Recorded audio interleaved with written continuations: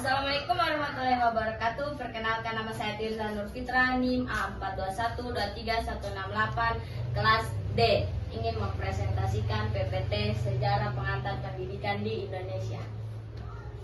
Apa sih pendidikan itu? Pendidikan adalah usaha sadar untuk menyiapkan peserta didik melalui kegiatan bimbingan, pengajaran, dan atau latihan bagi peranannya di masa yang akan datang. Sejarah pendidikan di Indonesia. Setelah kemerdekaan Indonesia pada tahun 1945, pemerintah Indonesia memfokuskan perhatiannya pada pengembangan pendidikan nasional. Pada masa awal kemerdekaan, banyak sekolah yang didirikan oleh masyarakat Indonesia sendiri sebagai upaya untuk mengatasi kesenjangan pendidikan antara masyarakat kaya dan miskin pada tahun 1950. Sejarah pendidikan di era kolonial. Sejarah pendidikan yang akan diulas adalah sejak kekuasaan Belanda yang menggantikan Portugis di Indonesia. Brookmans menyatakan pendidikan ditentukan oleh pertimbangan ekonomi dan politik Belanda di Indonesia. Pendidikan dibuat berjenjang, tidak berlaku untuk semua kalangan, dan berdasarkan tingkat kelas. Pendidikan di Indonesia setelah kemerdekaan 1945 sampai 1969. Pendidikan dan pengajaran sampai tahun 1945 diselenggarakan oleh kantor pengajaran yang terkenal dengan nama Jepang Bunkyo-kyoku dan merupakan bagian dari kantor penyelenggara urusan pamong praja yang disebut dengan Naimubu.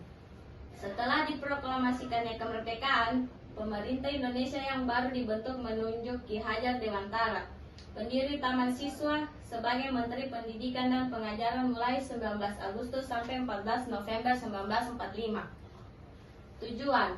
Tujuan pendidikan nasional Indonesia mengalami 5 kali perubahan, sebagaimana tertuang dalam Surat Keputusan Menteri Pendidikan, Pengajaran, dan Kebudayaan Mir Suwandi tanggal 1 Maret 1946. Tujuan pendidikan nasional pada masa awal kemerdekaan amat menekankan penanaman jiwa patriotisme.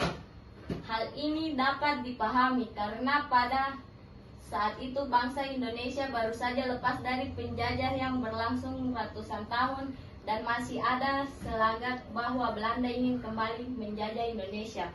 Oleh karena itu, penanaman jiwa patriotisme melalui pendidikan dianggap merupakan jawaban guna mempertahankan negara yang baru diproklamasikan.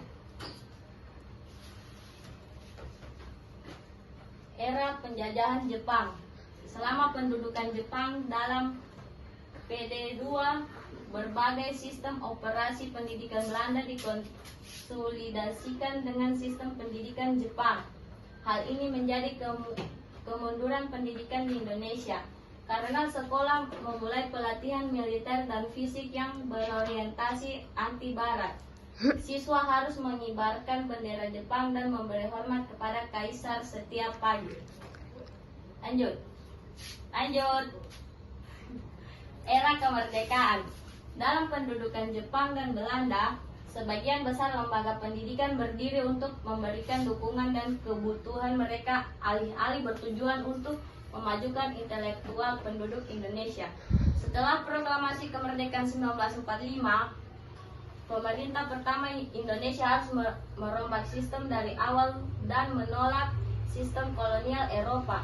Maka terlahirlah undang-undang yang menyatakan setiap warga negara berhak atas pendidikan. Lembaga baru berupaya menciptakan pendidikan yang anti-diskriminatif, elitis, dan kapitalis dalam rangka memajukan nasionalisme. Tercetus pula keputusan bahwa agama harus lebih mendapat perhatian sehingga lahirlah dukungan untuk pesantren dan madrasah Islam. Sekian, terima kasih.